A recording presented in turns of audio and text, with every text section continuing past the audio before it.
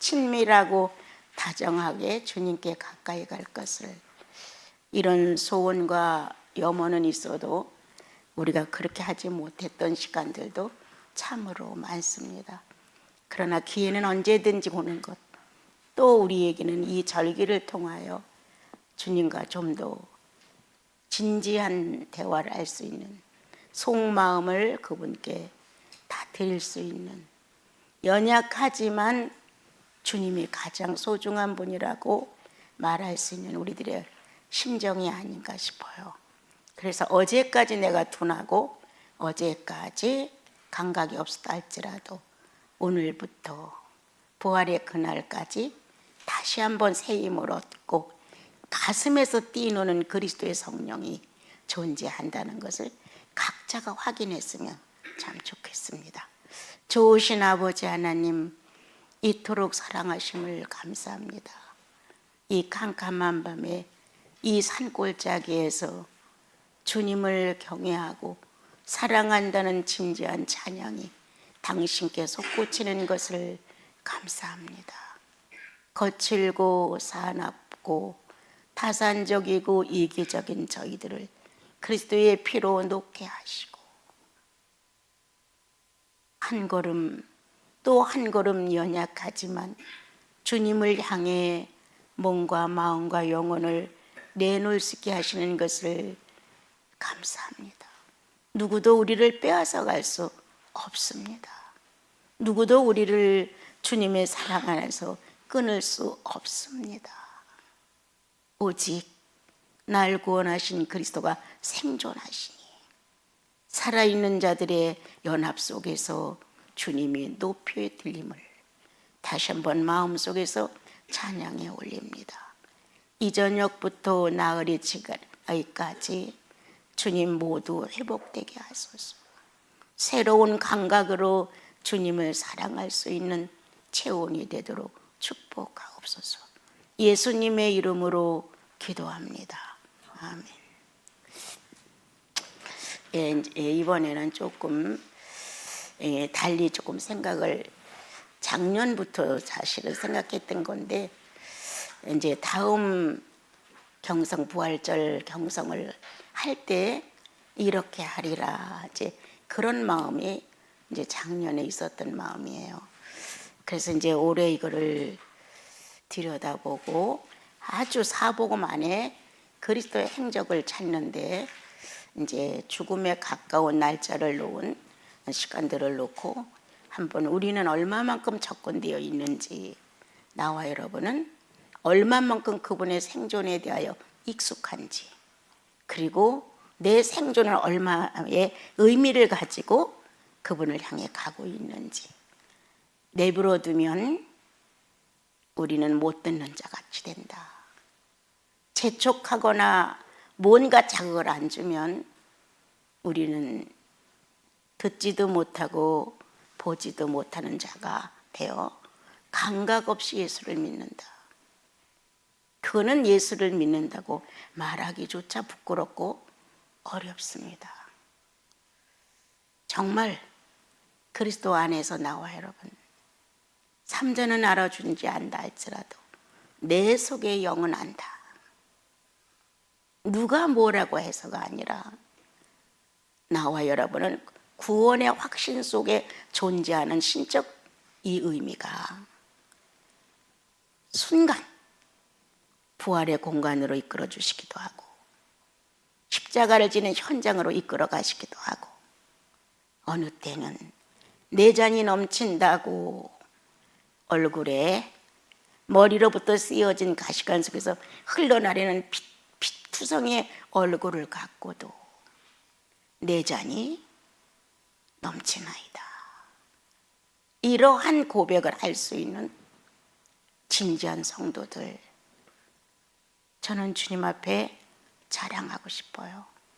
가진 것도 드릴 것도 무엇 하나가 유능하지 않지만, 남보다 뛰어난 인성이 고운 것도 아니지만, 질적으로 남보다 모든 걸 존경받을 만한 것을 가지지 않았어도 예수 그리스도가 내 존경이요 예수 그리스도가 내 자랑이요. 예수 그리스도가 나의 행복이요. 예수 그리스도가 내 부요. 예수 그리스도가 내 지식이며 지혜이다. 그러한 고백으로 영혼이 꽉 찬다면 1초 똑딱하는 순간에 영혼계가 활짝 한번 펴졌다 가거든요. 다른 것으로 충만을 기대해서는 잘못하면 미신이 되지만 주님이 살아계시다는 살은 행적을 통하여 영혼 속에서 밀어올리는 그분의 실존 그리고 현존, 이것이 나와 여러분을 벅차게 어떤 것도 다 용해될 수 있고 다 소화될 수 있지 채여져 있거나 뭉쳐져 질 수 없습니다. 그래서 오늘 우리 주님, 나와 여러분의 주님, 전 세계 구원받은 성도들의 주님 되심이 오늘부터 시작하는 나흘 동안에 질서 있게, 아주 정말 질서 있게 자리 잡혀서 그 행적 속에 내가 있다는 사실, 내 인생의 행적에다 예수를 끌어들이지 말고 예수님의 행적 속에 내가 존재한다는 사실, 모든 것이 불합리하고 허약하고 부족한데도 무언가 내 영혼을 강하게 붙들고 있는 무서운 이 힘, 이러한 그리스도를 만난 나와 여러분 꾀부릴 수 없죠. 조금도 아니라고 부인하면서 자기를 정직한 자로 내세울 수는 없습니다. 이제 마태복음 26장 한번 펼쳐봅시다. 어떤 아주 내용이 뛰어나다, 말씀이 좋다, 깊다, 이런 차원에서의 오늘은 아니고 그 행적 속에 내가 들어가는 거예요. 그리스도가 어떻게 사셨는지, 어떠한 관계를 갖고 지상에서 자기를 나타내셨는지, 넉넉한 하나님이 가장 쪼달리는 인간으로 존재하셨다는 사건을 우리가 조금 더 눈여겨 살필 수 있는 시간이라고 생각합니다. 자, 26장 36절부터 읽겠습니다. 41절까지 읽겠습니다. 이에 예수께서 제자들과 함께 겟세마네나 하는 곳에 이르러 제자들에게 이르시되 내가 저기 가서 기도할 동안에 너희는 여기 앉아 있으라 하시고 베드로와 세베대 두 아들을 데리고 가실새 고민하고 슬퍼하사 이에 말씀하시되 내 마음이 매우 고민하여 죽게 되었으니 너희는 여기 머물러 나와 함께 깨어 있으라 하시고 조금 나아가서 얼굴을 땅에 대시고 엎드려 기도하여 이르시되 내 아버지여 만일 할만하시거든 이 잔을 내게서 지나가게 하옵소서. 그러나 나의 원대로 마옵시고 아버지의 원대로 하옵소서 하시고 제자들에게 오사 그 자는 것을 보시고 베드로에게 이르시되 나와 함께 한 시간도 이렇게 깨어 있을 수 없더냐. 시험에 들지 않게 깨어 있으라. 기도하라. 마음에는 원이로되 육신이 연약하다 하시고. 거기까지만 읽어도 되겠습니다. 겟세마네 동산에서 이제 십자가를 지기 위한 어떤 마지막 과정을 밟고 계신 주님이에요. 소설책을 읽든 그냥 신문 한쪽을 읽든 그런 방식으로 성경을 읽으면 애정이 싹이 안 터요. 그런데 내가 오늘도 기록된 문장 안에서 내가 그리스도의 의식을 찾아낸다, 이렇게 뭔가 새로운 도전을 하는 것처럼, 뭔가 새롭게 하나를 받는 것처럼, 그러한 스스로의 예수 그리스도의 생존과 내 생존이 만나는 거예요. 이제 주님의 생존을 조금 자랑을 했죠. 며칠 전에 이제 어떤 이제 그 자매가 전화를 했어요. 야, 나 지금 너무 바쁘고 힘들어. 우리 다음 주 수요일 날 만나니까 그때 하자. 이렇게 이제 얘기를 했어요. 그러니까 안 돼, 안 돼. 나는 꼭 오늘 해야 돼. 그래, 뭐야. 나 지금 누워 있단 말이야. 그러니까 괜찮아, 괜찮아. 막 선생님, 내가 신기한 걸 경험했어요. 그래, 어떤 건데? 수요일 날 우리 같이 하자, 민경이랑. 아니야, 이거는 지금 먼저 해야 돼. 이렇게 얘기를 했어요. 수녀님이 이랬지. 지난번에 우리 공부할 때 이제 순환절기를 지나가니 사순절에 주님을 뭔가 좀 기쁘게 해드릴 수는 없을까 하고 나를 조금 살펴서 주님의 기쁨이 될 수 있는 일을 꼭 하나 하고 가야 되지 않겠어? 이제 이렇게 했더니 둘 다 네네 이렇게 했었어요. 전화로 이제 교제를 일주일에 한 번씩 하니까. 그런데 자기가 자기를 딱 살피니까 정말 너무 좋았던 사건이 이 하와이 파도를 타는 그게 너무 좋았다는 거예요. 그래서 어느 정도 이제는 선수권은 아니지만 마음 놓고 어느 정도 탈 수 있을 만큼 수상 스키를 잘 탄다는 거예요. 그게 어떻게 보면 자기 삶의 기대인 것처럼 그렇게 이제 젖어 있었다는 거예요. 근데 그 생각이 퍼뜩 나더래요. 아, 이 시간을 어쩌든 이 시간을 결심해서 정리를 하고 주님께 드려보리라. 이렇게 이제 생각을 하고 좀 떨어진 데로 차를 타고 쭉 가서 떨어진 데로 가가지고 아주 빼죽히 어마어마하게 나무들이 서 있는데 일자로 정말 끄트머리에 가선 하늘도 제대로 안 보일 정도로 그러한 곳을 가서 내려서 주님과 교제를 쭉 했다는 거예요. 매일 이제 내가 그 날까지 이제 주님께 마음을 먹었었나 봐요. 그리고 자기로서는 작은 희생이 보통 사람들은 희생이라고 하지 않지만 자기로서는 희생이었다는 거예요. 예. 그리고 내가 주님에 대한 그 어떤 것에 대하여 절실하지 않은 자신을 주님 앞에 이제 말씀을 드릴 때 내가 자식에 대해서 너무 관심이 많나 봐요, 주님. 애 학교를 다들 보냈는데 나는 그냥 너무 학업에 치우친 이런 교육을 하고 싶지 않아서 그냥 적당히 학교를 보냈는데 그 둘레에 아들과 같은 아이들이 다 애 학교를 갔다는 거예요. 근데 학부형들이 딱 모이면 맨날 만나던 엄마들이니까 모이면 그 학교의 장점을 자기 얘기를 하면서 이제 학비도 비싸다 해요. 그렇게 하는데 자기는 완전히 외톨이가 됐고 이제 소외감을 느꼈던 것 같아요. 그래서 고민을 하면서 내가 잘못 생각했나? 내가 이쪽으로 학교를 넣을 걸 그랬나? 이렇게 갈등이 되니까 마음이 흩어지기 시작을 하더라는 거예요. 그래서 이제 고민을 했다는 거예요. 그래서 그 고민을 그 산속에서 혼자 주님 앞에 얘기를 했다는 거예요. 내가 자식을 놓고 흔들립니다. 정직한 고백이죠, 그죠? 내가 자식을 놓고 흔들립니다. 전혀 세상에 어떤 것과 주님과 그렇게 해본 적이 없는데 이 문제를 놓고 내가 흔들리고 갈등합니다. 이제 그런 고백을 하는데 갑자기 어떤 현상이 이루어졌다는 거 자기한테.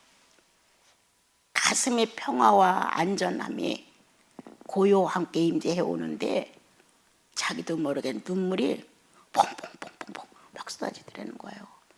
그리고 그 임재, 현존이라고 하는 그리고 실존이라고 하는 것이 뭔가가 이런 거였구나. 이렇게 이제 알아지면서 어떤 현상이 꽤나 시간이 갔는데 그 나무들이 절대적으로 함께 살아서 움직여 주는 것 같았다는 거예요. 그래서 이제 거기서 주님에 대한 고마움과 회복이 다시 되었고 자기 영혼 속에 내려진 이 성령의 역사가 이런 거였구나. 여태까지도 잔잔한 성령의 역사가 있었지만 이런 거는 처음이었다. 이제 그렇게 얘기를 하면서 그때 이제 자기 영혼 속에 일어난 사건에 대해 이제 저 그렇게 얘기를 하더라고요. 수녀님 이럴 수가 있어요. 있지. 예수인은 생존으로 사는 거야. 하나님의 생존과 내 생존으로 같이 사는 거야. 그거를 발견하지 못하고 산다면 그건 아니야. 자주 있다고 해서 다 좋은 것도 아니고 늦게 한 음식이 있다고 해서 나쁜 것도 아니야. 그러나 언제든지 하나님 자신을 알릴 수 있는 사건이 왔을 때 하나님이 멈칫하지 않고 탁 나타나서 자기 자신을 알려야 돼 우리한테. 그럼 우리는 그걸 받아내는 거야. 우리의 할 일은 어느 때 어느 시간에 주님이 살아계시다는 생존을 알지 몰라요. 그런 생존으로 사는 거란다. 그리고 어느 때 그 시간이 축복될지 기다리는 거야. 성도는 기다림이야. 이제 그런 이제 얘기를 진지하게 나누게 됐어요. 야, 조건 나쁘고 어려운 환경에 어떻게 이 길을 갔겠니 너? 절대 예수님 잘난 것 갖고 가지 않았다. 항상 주께서 살으셨다는 증거를 나타내 주시기를 기다릴 뿐이다. 그 시간에 맞추어서 주님이 당신의 행적을 드러내시며 연약한 이 작은 피조물은 감지덕지 감격해서 그것으로 기쁨을 삼고 그것으로 전 일생의 전부를 삼고 행복을 삼고 그렇지 아니하면 인생은 순간 타락해. 이런 얘기를 주고받게 됐어요. 너무 신기해. 이건 어떻게 말할 수 없어. 그렇게 알지. 네가 얘기하는 내용 나 충분히 알아. 이제 그러면서 얘기를 끝냈어요. 예수 믿는 게 뭐냐? 성령이 원하시는 시간에 나타날 수 있어야 된다. 성령이 말하고 싶을 때 말씀하실 수 있어야 한다. 성도는 마땅히 그 말씀을 알아듣는 자가 되는 것이다. 그분이 뭔가 보고자 하실 때 보험이 되는 거다. 성도의 시선은 그분이 보험에 합의하는 것이다. 그게 바로 성령이 실존으로 현존을 완성해가는 모습으로 우리 안에 살고 계신 거죠. 그냥 1년이 지나도 무감각의 약간 의식, 1년이 지나면서 약간 이것 하나님이 하신 건가? 이렇게 두리뭉실한 사건들, 이것도 하나님이 하셨나? 주님이 나한테 이렇게 이런 걸 보내셨나? 아, 이거 모르겠어. 이런 식의 신앙, 이건 있을 수 없죠. 남편과 아내가 존재하고 있다면 방에 있는지 마루에 있는지 그 의식이 분명해요. 주님의 성령은 내 감각기관에 와 있어. 영혼의 감각기관에. 영혼의 감각 속 안에서 내 영혼이 그분의 의식을 받아내게 존재한다면 마루에 있는지, 지금 내 남편이 바깥에 있는지, 내 남편이 내 눈앞에 있는지 안다는 거예요.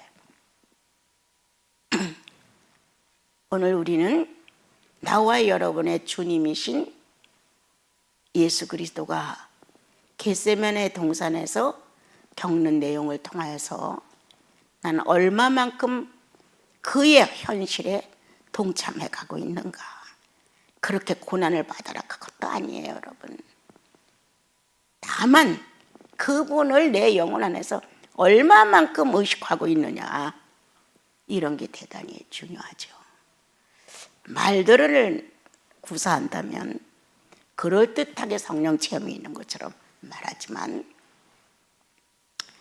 무속인들도 할 수 있는 말들이에요. 감정이 출렁거리고 환경이 바뀌고 내 기분이 업이 되면 무속인도 해낼 수 있는 얘기들이에요. 그 정도를 가지고 우리가 예수 믿는다, 살아계시다. 나는 살아계시다는 여기에 중점이 없는 것에 대해서 참 어려움을 겪어요. 주님이 살아계시다며. 근데 살아계신데 어떻게 그 주님을 그렇게 상대해? 살아계실 때는 실상이 있다면 주님을 그렇게 상대할 수는 없죠, 여러분. 오늘 이제 읽은 우리 내용 중에서요, 30 몇 절부터 읽었죠? 6절부터 읽었죠? 예. 7절부터 이제 한번 해볼게요. 고민하고 슬퍼하사. 38절. 매우 고민하여 죽게 되었으니. 고민하고 슬퍼하고 죽게 되었으니 나와 함께 깨어 있어라. 이런 내용이에요.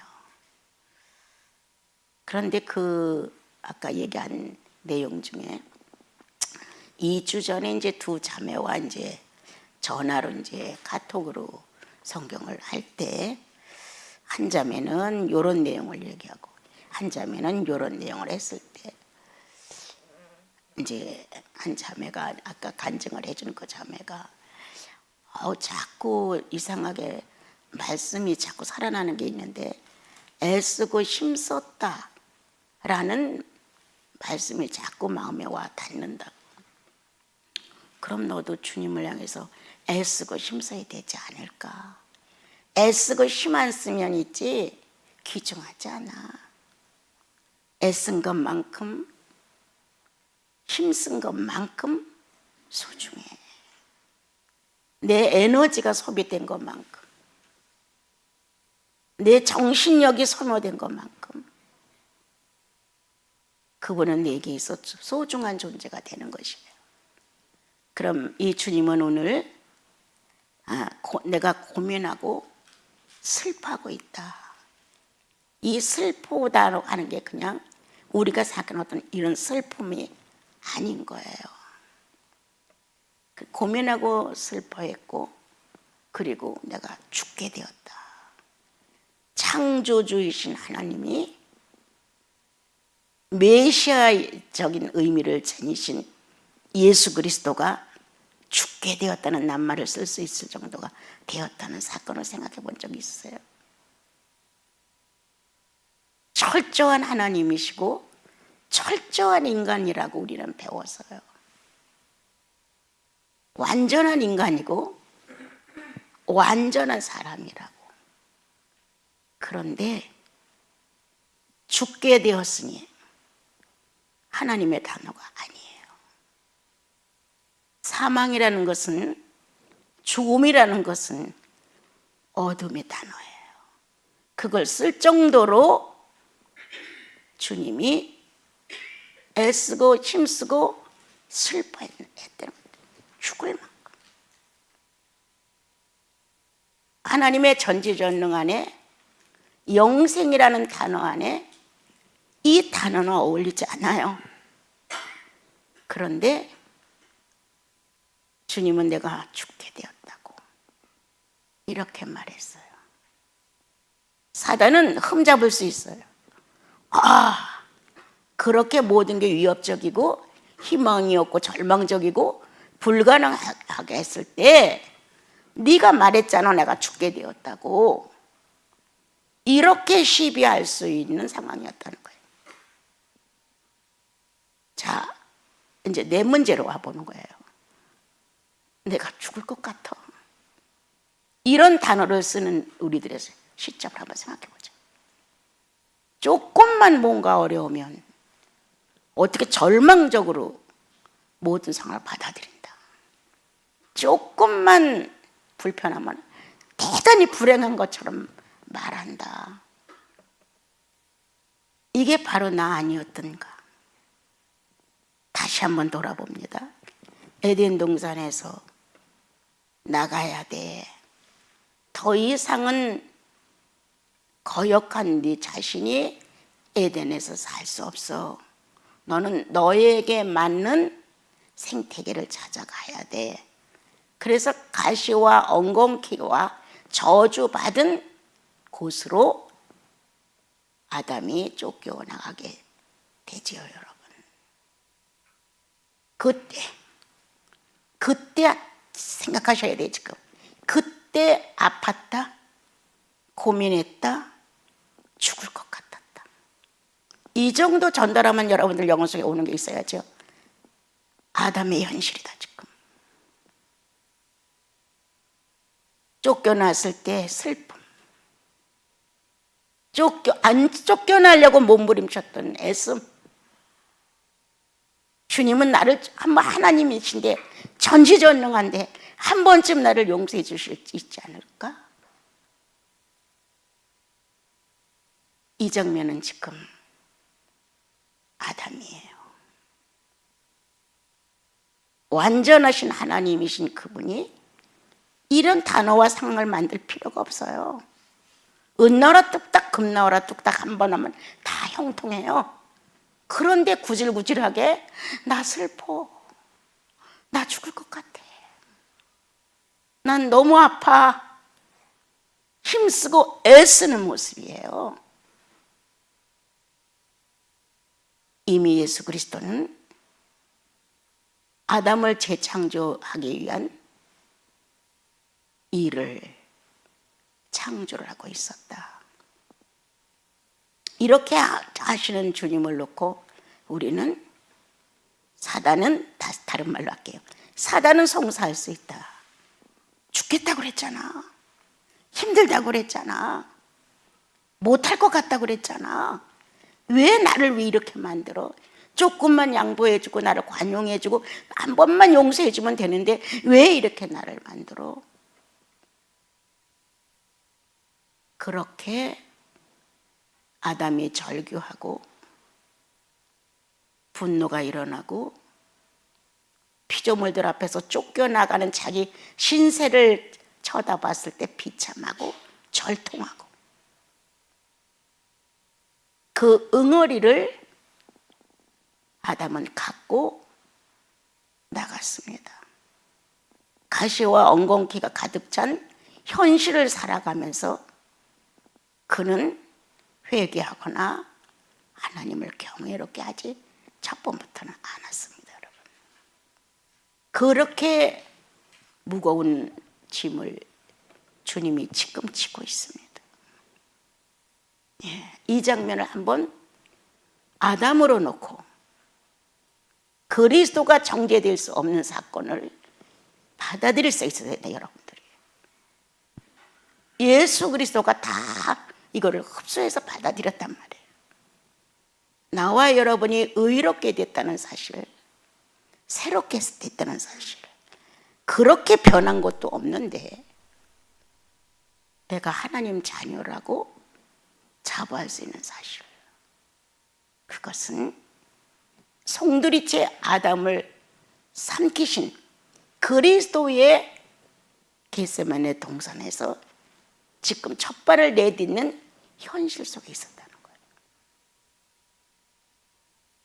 죽게 되었으니. 이 단어가 안 어울린다고 가르쳐 드려서 여러분들한테 예수인에게는 막 가는 단어를 써서는 안 된다. 내가 뭘 잘못해서 이런 단어 쓰는 거 있습니까? 이렇게 우리는 사단이가 쓸 수 있는, 죄인이 끌어다 쓸 수 있는 단어들을 부부 사이에서도 쓴다. 형제 자매들 사이에서도 쓴다. 자식을 놓고도 부모를 놓고도 쓴다. 거기에 죄라는, 어둠이라는 단어가 안 들어갈 정도의 감정이라면 의롭지만 그렇지 않은 거예요. 여러분들이 이런 사순절기를 만났을 때 주님이 죽게 되었으니 누구의 심정이었냐?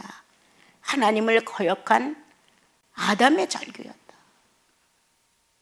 이거를 없애기 위해서 하나님의 피조물 세계에서 이 낙인이 찍히지 않게 하기 위해서 그리스도가 이것을 대신 지신 거예요. 죄 없는 그리스도가 죽게 되었으니 이 말이 어울려요? 안 어울린단 말이에요. 완전한 하나님이신 예수 그리스도가 나 죽게 되었소, 이게 어울릴 수 있습니까?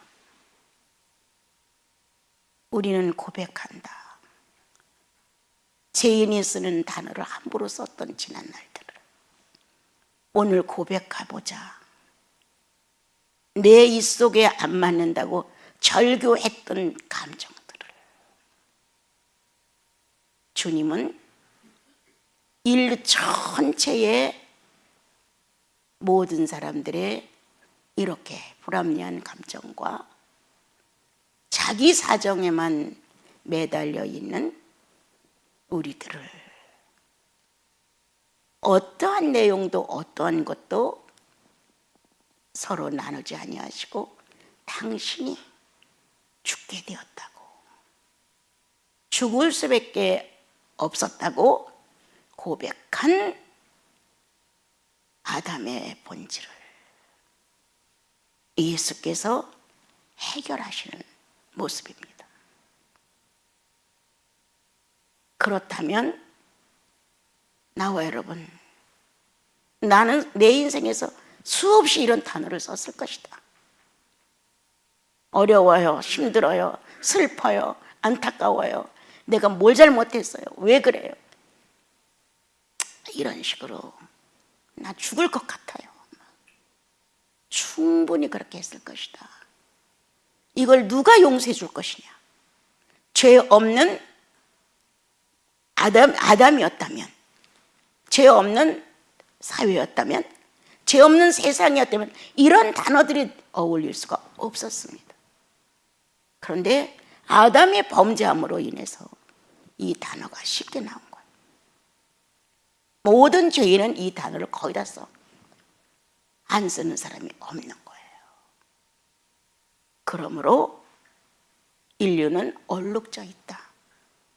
흠투성이다. 그런데 주님이 이 얼룩을 물어놓으셨다. 백지화하셨다. 그리고 아담이 그렇게 했던 그 당시에 하나님 앞에서의 아담의 어둠을, 아담의 음부를, 아담의 지옥을 예수 그리스도가 새로운 창조하기 위하여 그대로 재현하셨다. 그대로 지독한 인간이시다. 그대로 재현한 이 사실 속에 한번 돌아보자. 무례한 언어를 많이 썼던 나를, 무례한 감정을 함부로 썼던 나를, 예수 그리스도가 내가 죽게 되었어 라고 내 속에서 소리쳐 줬던 이 놀라운 사건, 그런데도 불구하고 우리는 그분의 음성을 의식하지 못했다. 못 들었다. 나 고민하고 슬퍼해. 주님이신데요, 뭐가 고민하고 슬퍼해요. 하나님이신데 그 정도는 다 참을 수 있죠. 이런 불량스럽고 정말 교육 없는 무식한 모습을 우리는 얼마나 많이 행동했던가. 예수의 생존 속에 들어가 보지 못했다. 우리는 이 기막힌 아담의 현실을 재현하시면서 새로운 창조를 하시는 예수 그리스도의 생애에 우리는 발을 딛지 못한 사람들이 아닐까?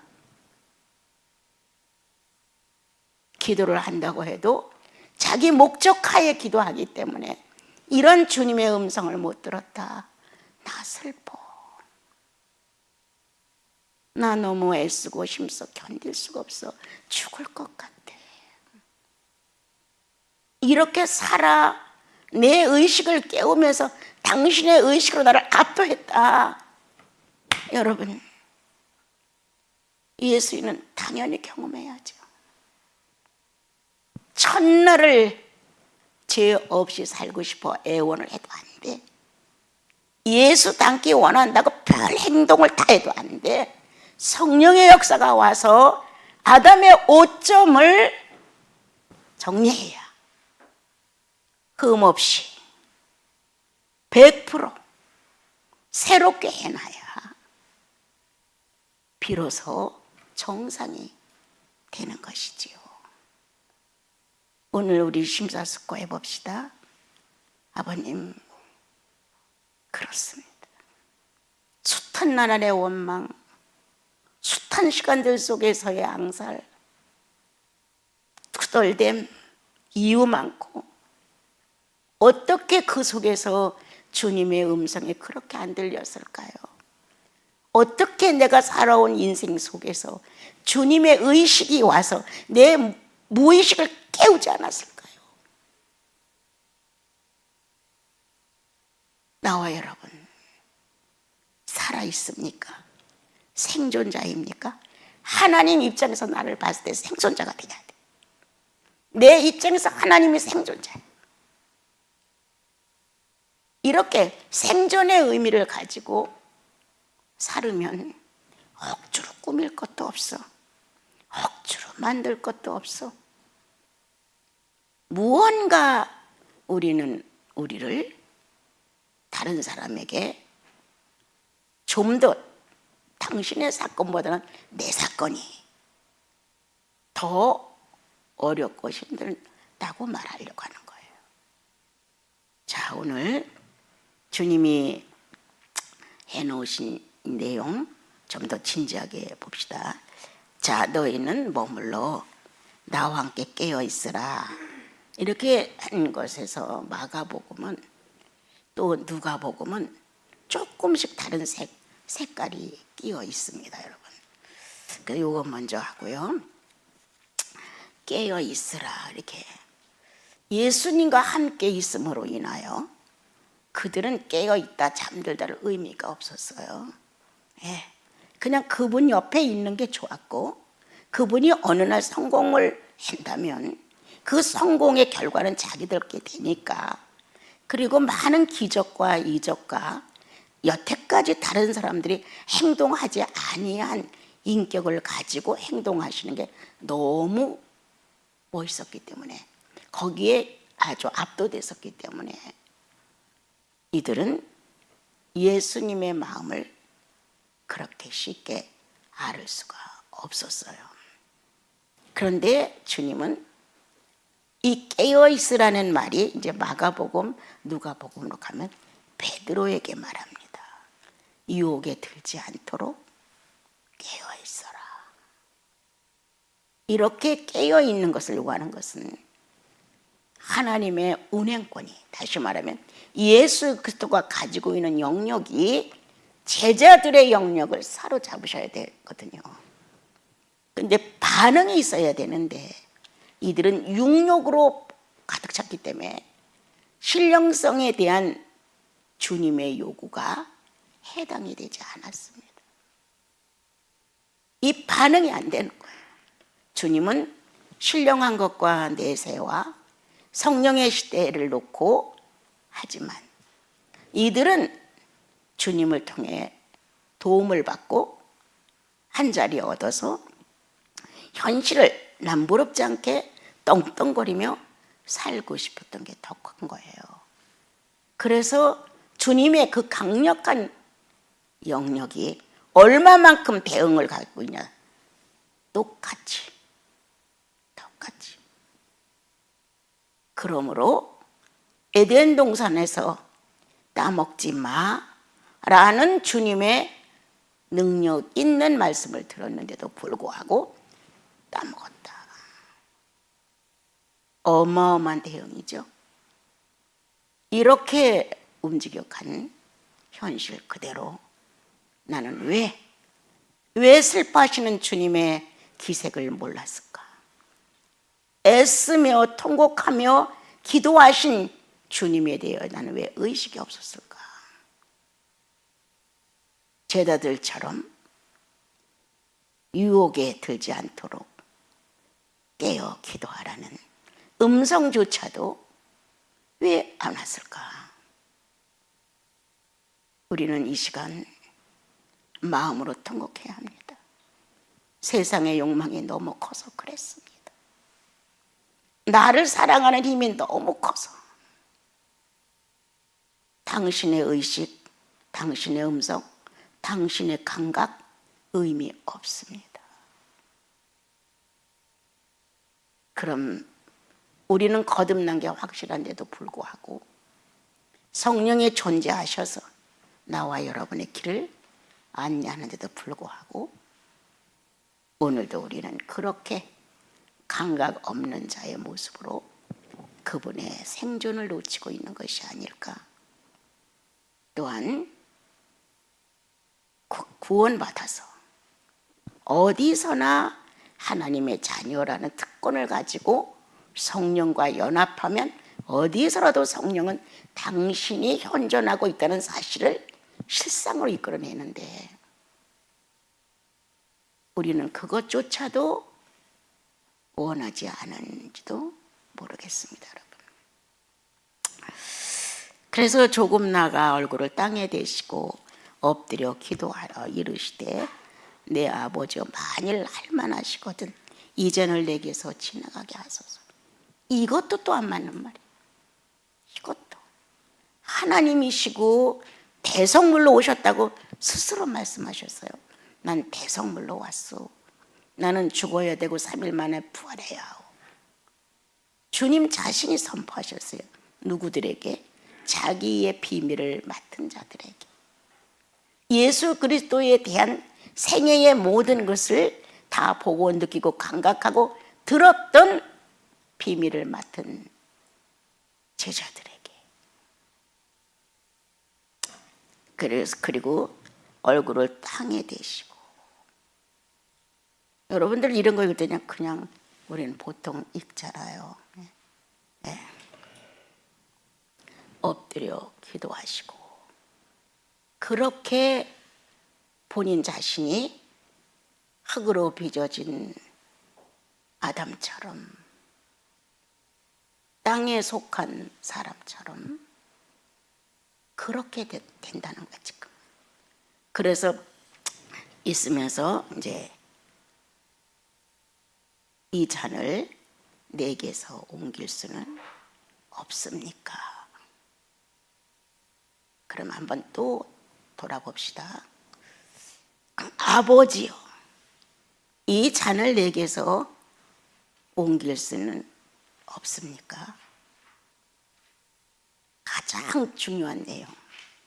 아버지라는 단어가 호칭이 예수 그리스도를 살리셨습니다.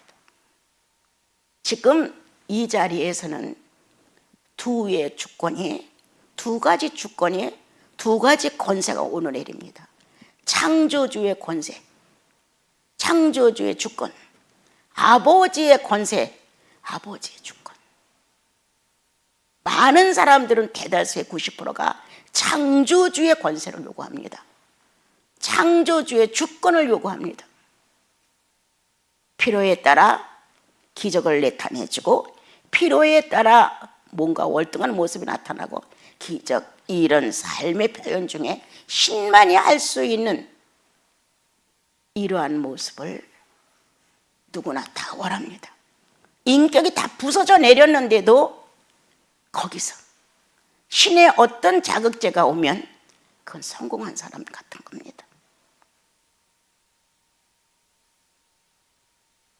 창조주는 창조물을 필요하게 썼다가 버릴 수가 있습니다. 버려도 누가 트집 잡을 사람이 없습니다. 그런데 환경은 지금 창조주의 주권과 권세냐, 힘없고 능력 없고 별 수 없는데 아버지의 권세냐, 아들을 붙드는 아버지의 유전자의 주권이냐, 어떤 거냐. 모든 환경은, 모든 처리는 창조주의 주권을 더 요구합니다. 창조주의 능력을 월등히 원합니다. 눈 한 번만 감아주고 내 잘못을 숨겨주고 기적을 나타내서 창조주가 이렇게 능력 있게 전지전능하게 일을 했다고 뽐내고 싶은 겁니다, 우리는. 그런데 주님은 그 선악과를 따먹으면 하나님처럼 돼라는 창조주의 주권 속에 머무르지 아니하셨습니다. 그 무서운 경계를 넘어 아버지요, 초라한 당신, 초라한 아들, 능력 없는 무능력자 하나님, 아버지요, 선악과를 따먹고 정말 전지전능해서 하나님처럼이라는 권세와 주권을 누리고 싶은 그 상황에 예수님은 초라했다. 이루 말할 수 없이 빈약했다. 어느 누구도 흠모하지 않았다. 그와 같은 현실을 바라보고 누가 예수를 쫓아가겠는가? 누가 칭찬을 하겠는가? 그런데 그 예수 그리스도가 그러한 자기의 입장과 어떤 능력도 나타내지 아니하시고 어떤 현실도 바꿔주지 아니하시고 이대로 가장 허약한 아버지, 가진 것 없는 아버지, 나에게 무언가를 던질 수 없는 아버지, 그 아버지를 예수 그리스도가 높였다는 거예요. 아담은 하나님보다 더 높아지고 싶었죠. 아들이 아비를 누르고 일어나고 싶었죠. 그런데 예수 그리스도는 아버지가 월등하다고, 아버지요, 아버지는 하실 수 있습니다. 이렇게 아비를 높이는 아들의 능력이 아무것도 안 줘도, 아무것도 안 해줘도, 어떤 의미가 없어도 유전자 사실체로만 아버지를 인정하는 현실, 이것이 연이어짐으로 우리는 그리스도가 십자가에 못을 박을 때도 아버지라고 소리쳤다는 거죠.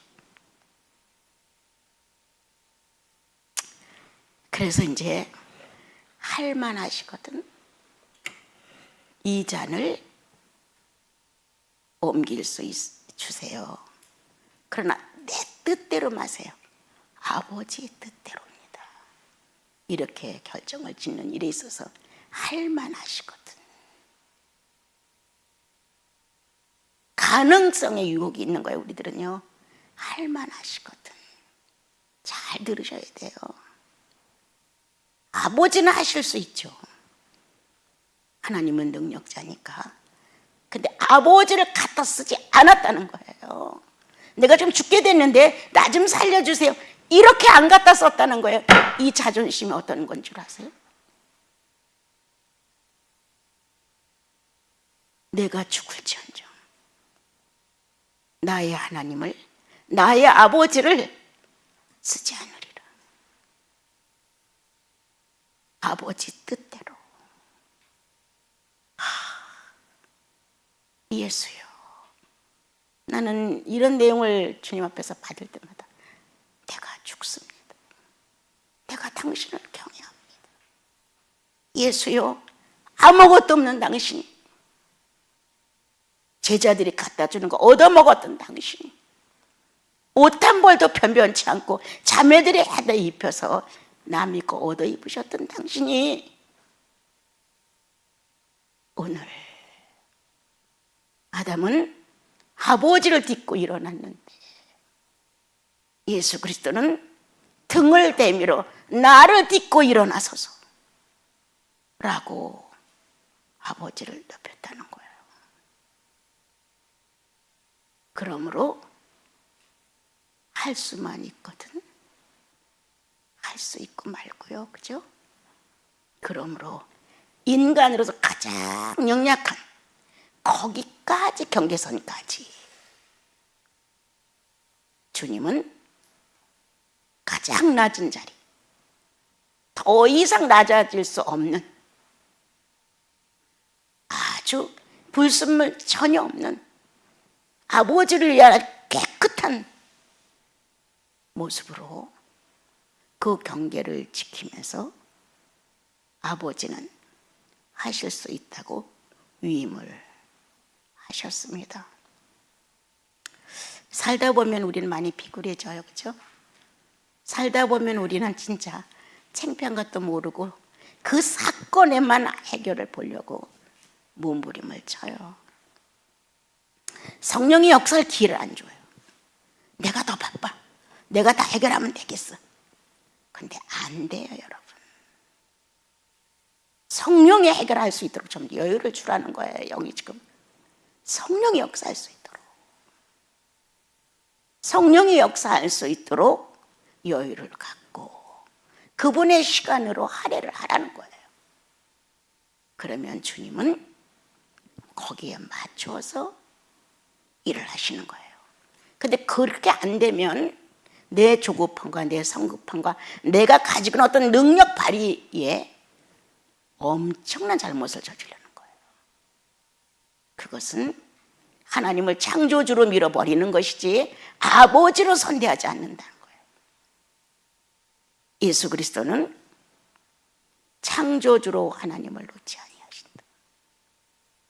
그는 도와줄 수 없는 모든 조건이 지금 현재는 무능자로 놔야 되는 하나님의 신세를 그대로 인정했다. 그래도 내 아버지야.